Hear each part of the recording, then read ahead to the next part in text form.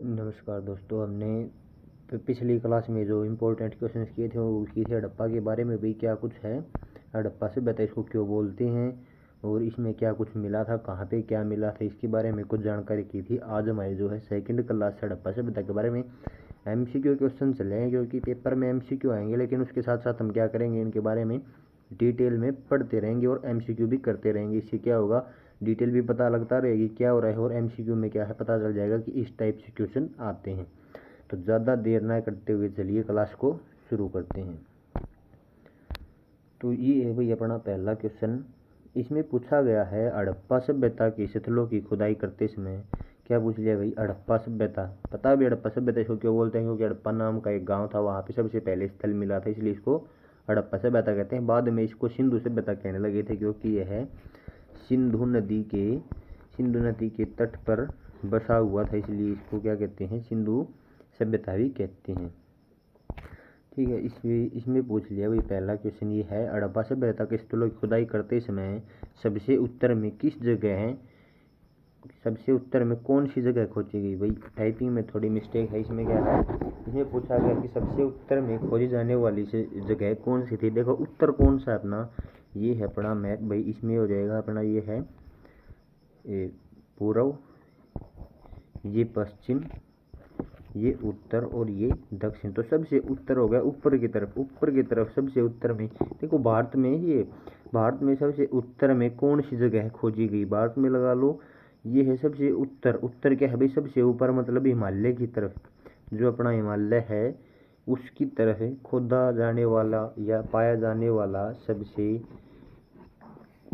उत्तर की तरफ पाया जाने वाला कौन सा स्थल था, तो ये था अपना मांडा स्थल। कहाँ था भाई, सबसे उत्तर में मिला था। कौन सा स्थल मिला था सबसे उत्तर में, मांडा स्थल मिला था। कहाँ पर है ये, मांडा बसता है भाई चेनाब नदी के पास। कहाँ पर मांडा बसता है, कहाँ मिला था ये, किस नदी के पास था, ये था चेनाब नदी के पास पर। ठीक है, चेनाब नदी के पास क्या मिला था अपना, मांडा मिला था, जो क्या है सबसे उत्तर की तरफ है। नेक्स्ट है, सबसे दक्षिण में कौन सा स्थल पाया गया। सबसे दक्षिण, देखो अभी मैप बनाया था, ये है अपना पूर्व, ये पश्चिम, ये उत्तर और ये दक्षिण। देखो उत्तर की तरफ मिला था अपना, कौन सा मिला था उत्तर की तरफ, मांडा। सबसे दक्षिण की तरफ मिला था भाई क्या, दैमाबाद मिला था। दक्षिण यहाँ पर मिला था, दक्षिण तरफ दैमाबाद। कहाँ पर, महाराष्ट्र में मिला था क्या, दैमाबाद। नेक्स्ट है सर्वाधिक पूर्व। देखो बताया था पूर्व अपना ये है, सबसे पूर्व में कौन सा स्थल मिला था, तो पूर्व में हमारा स्थल मिला था आलमगीरपुर। कहाँ पर मिला था ये, यूपी में मिला था। कौन सा भाई, आलमगीरपुर यूपी में मिला था। कहाँ पर, ये है हिंडन नदी के पास। कहाँ पर मिला था, हिंडन नदी के पास में मिला था। कौन सा, ये है अपना आलमगीरपुर। और ये महाराष्ट्र वाला, ये क्या नाम था इसका,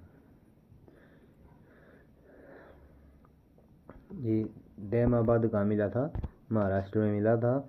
और यूपी में मिला था भाई, कौन सा मिला था, आलमगीरपुर। क्या है सबसे पूर्व में, क्या भाई, हिंडन नदी के तट पर। अगला है सर्वाधिक पश्चिम। देखो पश्चिम, उत्तर हो गया, दक्षिण हो गया, पूर्व हो गया, सर्वाधिक पश्चिम में ये है इस तरफ। सबसे पश्चिम में क्या मिला था हमें, पश्चिम में मिला था सूत का गेंडोर। कहाँ पर मिला था ये, सबसे पश्चिम में मिला था सूत का गेंडोर। कहाँ पर मिला था ये मिला था पाकिस्तान के, कहाँ पर हुई, इसको बोलते हैं बलूचिस्तान।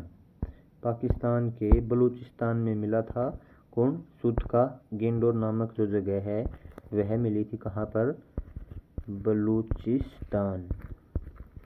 कहाँ पर, बलूचिस्तान की जगह है ये।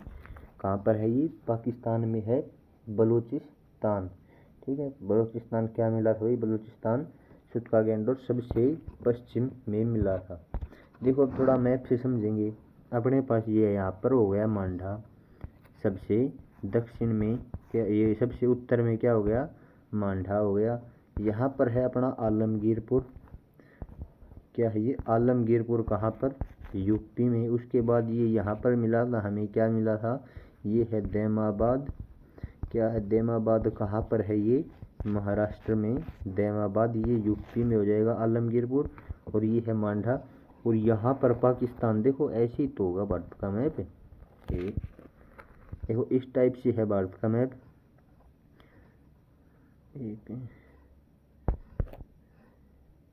ये देखो ऐसे है भारत का मैप हो गया अपना। ये इसके अंदर ले लो इसको, ठीक है। ये यूपी में मिला, ये महाराष्ट्र में मिला दैमाबाद, यूपी में आलमगीरपुर, मांडा जो है जम्मू में मिला था। ये थोड़ा कन्फर्म नहीं है, इसको बताऊंगा आगे बताऊंगा, देखिए क्वेश्चन आएगा तब। और ये है बलूचिस्तान, ठीक है। देखो किस तरह का शेप हो गया ये भाई, ऐसे करेंगे इसको तो ये इस तरह का शेप हो गया, लेकिन इसको ज़्यादातर क्या बोलते हैं, ये हो जाएगा ट्रायंगुलर शेप, त्रिभुजाकार, ठीक है। और इसमें देखो अगर ध्यान से देखें तो यहाँ पर ज़मीन है, यहाँ पर ज़मीन है, यहाँ पर, लेकिन यहाँ पर क्या है अपना, यहाँ पर समंदर है। तो मतलब क्या भाई, समंदर से भी इसका कुछ हिस्सा लगता था और बाकी ज़मीन पर तो ये थे। तो चलिए नेक्स्ट देखते हैं, इसमें क्वेश्चन पूछ लेगा। ये है सिंधु सभ्यता का वितरण किस आकार या प्रकार का था। देखो अब ये भी देखा हमने पिछले क्वेश्चन में, किस आकार का बन रहा है ये अपना, ये बन रहा है ट्रायंगुलर शेप का बन रहा है। किस शेप का बन रहा है ये इस तरह बन रहा है ट्रायंगुलर शेप का, ठीक है। देखो ये ऐसे ऐसे बन रहा है, ये है ऐसे, लेकिन इसको क्या बोलते हैं, इसको ट्रायंगुलर शेप बोलते हैं। तो इसका हो जाएगा अपना क्या भाई, ये है सिंधु सभ्यता के वितरण किस आकार प्रकार का है, तो ये हो जाएगा त्रिभुजाकार का। नेक्स्ट है, इसमें पूछ लिया भाई लंबाई चौड़ाई और कुल क्षेत्रफल कितना है। देखो लंबाई कैसे पूछ लिया इसने, उत्तर से दक्षिण, तो ये हो जाएगी अपनी लंबाई उत्तर से दक्षिण। किस तरफ भाई, ये उत्तर से दक्षिण अपनी लंबाई ये हो गई, ऊपर उत्तर है नीचे दक्षिण है, तो ये हो गई उत्तर से दक्षिण अपनी लंबाई कितनी हो जाएगी, ये है 1400 किलोमीटर। कितनी है, ये है 1400 किलोमीटर, ठीक है। अब अगला पूछ लेगा ये भाई इसकी चौड़ाई, ये है भाई चौड़ाई कितनी, पूर्व से पश्चिम इसकी चौड़ाई कितनी है, ये है 1600 किलोमीटर। एक मिनट इसको इरेज कर लें भाई।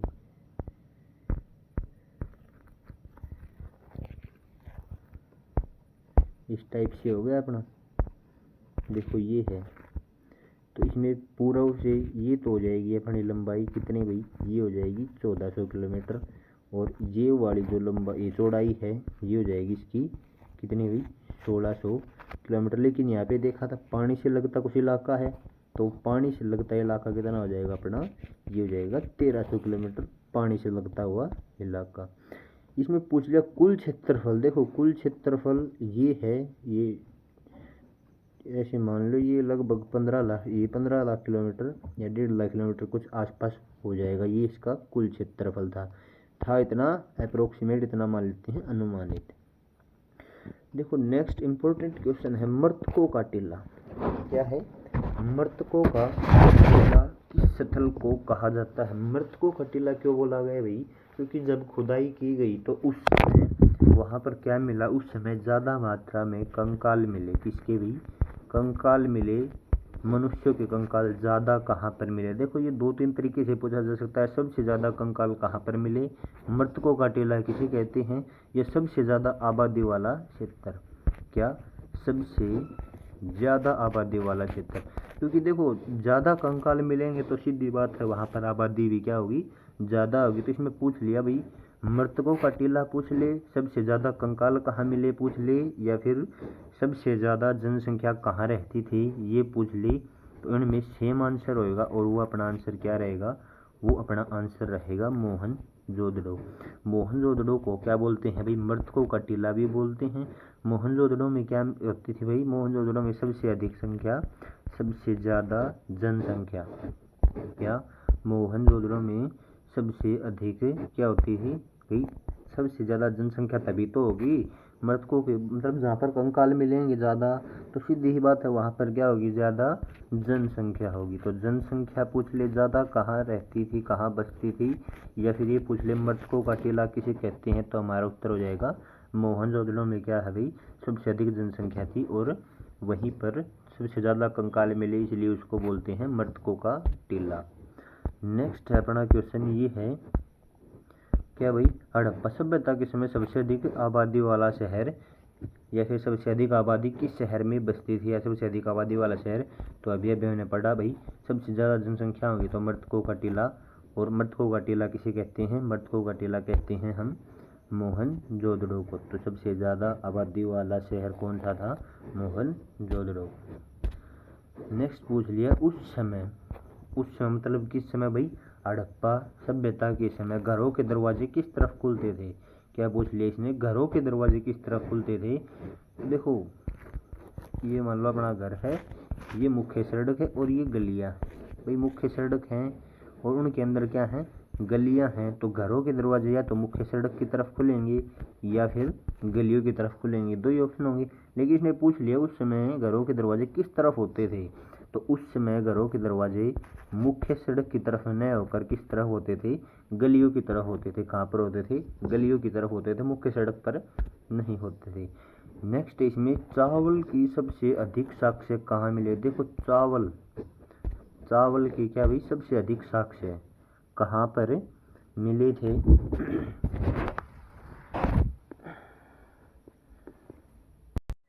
देखो चावल के सबसे अधिक साक्ष्य मिले थे, ये कहाँ पर मिले थे? ये मिले थे लोथल में। और लोथल कहाँ पे? हमने वो पीछे वो पहले वाली क्लास में बताई थी ना, वो एक टेबल थी, तो उसमें लोथल कहाँ पर था? लोथल है गुजरात में।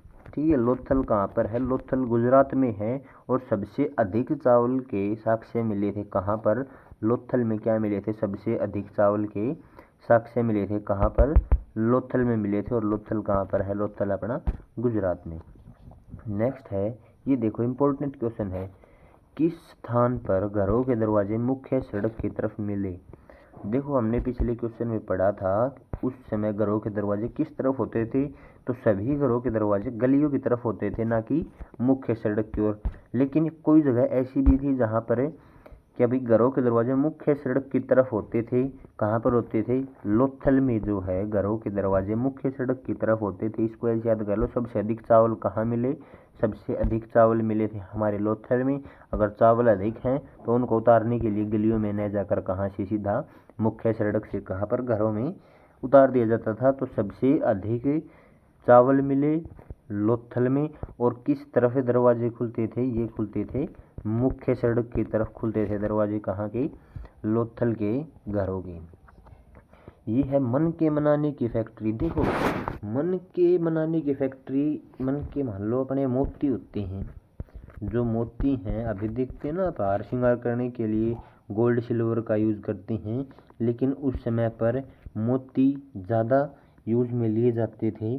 तो इस कौन सी जगह है जहाँ पर मोती बनाने की फैक्ट्री के साक्ष्य मिले? फैक्ट्री थोड़ी नहीं मिलेगी वहाँ पे, चलती खोदा गया था तो साक्ष्य मिले थे क्या भाई कि यहाँ पर मन के बनाने की फैक्ट्री थी। तो कौन सी जगह है जहाँ पर मन के बनाने की फैक्ट्री के साक्ष्य मिले थे? तो वो है चहुंदड़ो। कौन सी जगह है? वो है चहुंदड़ो। इसमें क्या मिले थे? इसमें मिले थे भाई मन के बनाने की फैक्ट्री के साक्ष्य मिले थे। चहुंदड़ो कहाँ पर है? देखो चहुंदड़ो हमने पढ़ लिया भाई, मन के बनाने की फैक्ट्री थी, मतलब भाई उसके साक्ष्य मिले हैं भाई। कारखाना होगा कोई मन के बनाने का, क्योंकि लोगों को क्या था भाई, काम भी करते थे और उनके साथ साथ उन्हें फैशन का भी शौक था। तो चहुंदड़ो कहाँ पर है? यह है सिंध में। ठीक है, कहाँ पर है? सिंध में। नाम सिंध आ गया तो क्या होगा? ये सिंध नदी के तट पर मिलेगा या सिंध नदी के आसपास में ही होगा। ठीक है, क्या भाई चहुंदड़ों में क्या मिले? मन के बनाने की फैक्ट्री। और कहाँ पर होगा? ये सिंध नदी के आसपास में ही होगा। ठीक है और देखो सिंध नदी के पास में एक तो हो गए ये चहुंदड़ो, और कौन कौन सी जगह थी जो सिंध नदी के पास में मिली थी? देखो इम्पोर्टेंट है, इनको याद करना भी इम्पोर्टेंट है और क्वेश्चन पूछ भी सकते हैं। देखो एक तो हो गया सिंध नदी के पास में अपना चहुंदड़ो। कहाँ पर? ये है भाई सिंध नदी के पास में। कहाँ पर? सिंध नदी के पास में। एक तो हो गया अपना चहुंदड़ो, दूसरा हो गया मोहनजोदड़ो। जो मोहनजोदड़ो है वह भी सिंध नदी के पास में ही बसता था। इसके अलावा एक और है, क्या है? वो है कोट दीजी। है भाई कोट दीजी। जो कोट दीजी है वह भी कहाँ पर है? सिंध नदी के तट पर है या सिंध नदी के पास में है, आसपास में है। तो सिंध नदी के पास हैं जो इम्पोर्टेंट एक तो चहुंदड़ो, एक मोहनजोदड़ो, एक कोट डीजी। ये कहाँ पर है? ये है सिंध नदी के तट पर है, सिंध नदी के पास में है। नेक्स्ट है काली और पीली चूड़ियाँ कहाँ मिली? देखो काली और पीली चूड़ियाँ कहाँ मिली? तो कालीबंगा में मिली काली चूड़ियाँ। कालीबंगा का मतलब क्या है भाई? काली चूड़ियाँ।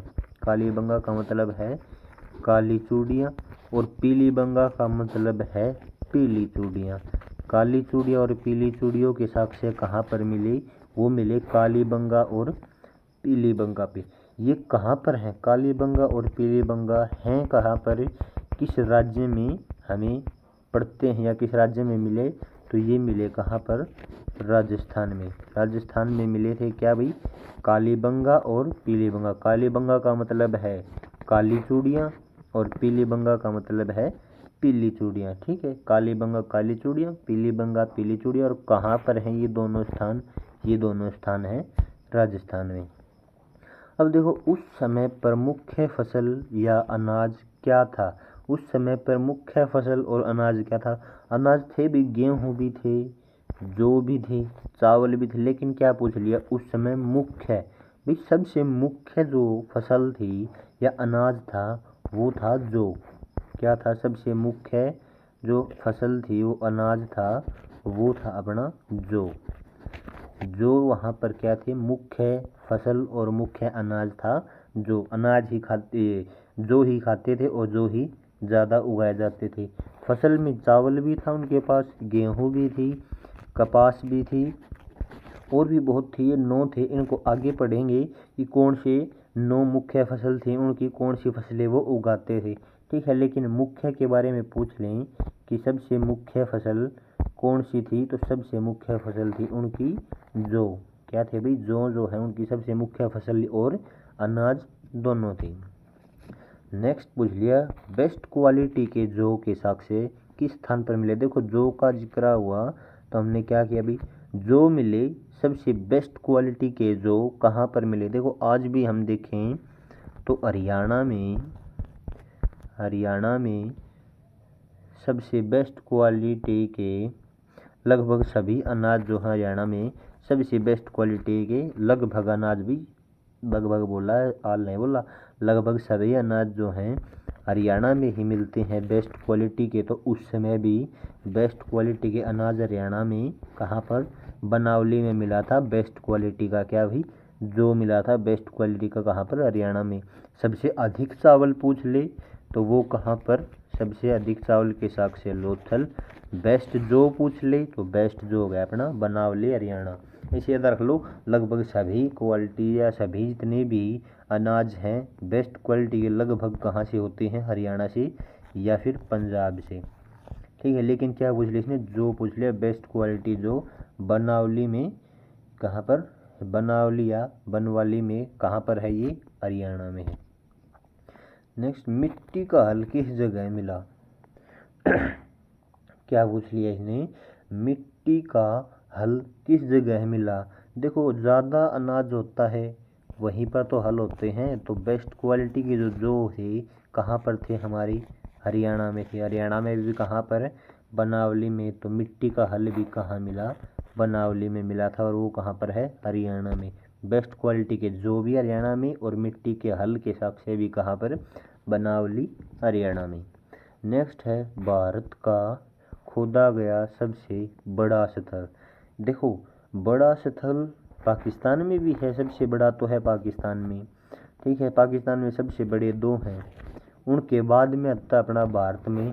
और भारत का सबसे बड़ा स्थल कौन सा है? राखी गढ़ी। कौन सा है? राखी गढ़ी जो है भारत का खोदा गया सबसे बड़ा स्थल है। और यह कहाँ पर है? यह भी हमारा हरियाणा में है। देखो हरियाणा में कौन सी हो गई? एक तो हो गया हरियाणा में अपना कौन सा भाई? बनावली भी हरियाणा में हो गया। मिट्टी का हल मिला बेस्ट क्वालिटी के, मिट्टी का हल और बेस्ट क्वालिटी के जो मिले। और भाई सबसे बड़ा जो स्थल खोदा गया या खोजा गया वो कौन सा था? राखी गढ़ी। ये कहाँ पे है? ये भी हमारा हरियाणा में है। ठीक है बस हो गए इतने। ये थे हमारे कुछ इम्पोर्टेंट क्वेश्चंस थे। और आज की क्लास ज़्यादा लंबी न करते हुए इतनी ही करेंगे। और कल और नेक्स्ट क्लास में अपने पास क्या होगा भाई, भारत का सबसे बड़ा स्थल हमें पता चल गया राखीगढ़ी। कल देखेंगे भारत का दूसरा सबसे बड़ा स्थल और पाकिस्तान के जो 2 बड़े स्थल हैं उनके बारे में देखेंगे और इनको एक ट्रिक से याद करेंगे। ठीक है भाई, अगर चैनल पे नए हो तो सब्सक्राइब कर लेना, और अगर वीडियो अच्छे लगे तो ही करना सब्सक्राइब, वरना मत करना। कुछ इसमें कुछ इम्पोर्टेंट लगे, ये लगे भाई कुछ है इसमें काम की चीज़, तो सब्सक्राइब कर लेना, कोई ज़ोर ज़बरदस्ती नहीं है। और हो सके अगर पसंद आए तो इसको शेयर भी कर देना अपने फ्रेंड्स के साथ में, ताकि उनको भी कुछ हेल्प हो जाए। क्या करना भाई, उनको भी हेल्प हो जाए, किसके लिए भाई, कि वो भी कुछ तैयारी कर रहे होंगे एग्ज़ाम के लिए। ये नहीं है कि सिर्फ स्पेशल एक है, हर एग्ज़ाम के लिए। तो सब्सक्राइब करना अगर वीडियो पसंद आए और इम्पोर्टेंट लगे इसके अंदर अपना कंटेंट, और इसको शेयर ज़रूर कर देना अगर आप चाहते हो कि आपके साथ साथ आपका दोस्त भी कुछ पढ़ लिख ले, कुछ कर ले, समझ में आए तो शेयर और सब्सक्राइब करना, अगर नहीं आए तो कोई ज़बरदस्ती नहीं है। तो आज की वीडियो सिर्फ इतनी ही, बाकी नेक्स्ट वीडियो।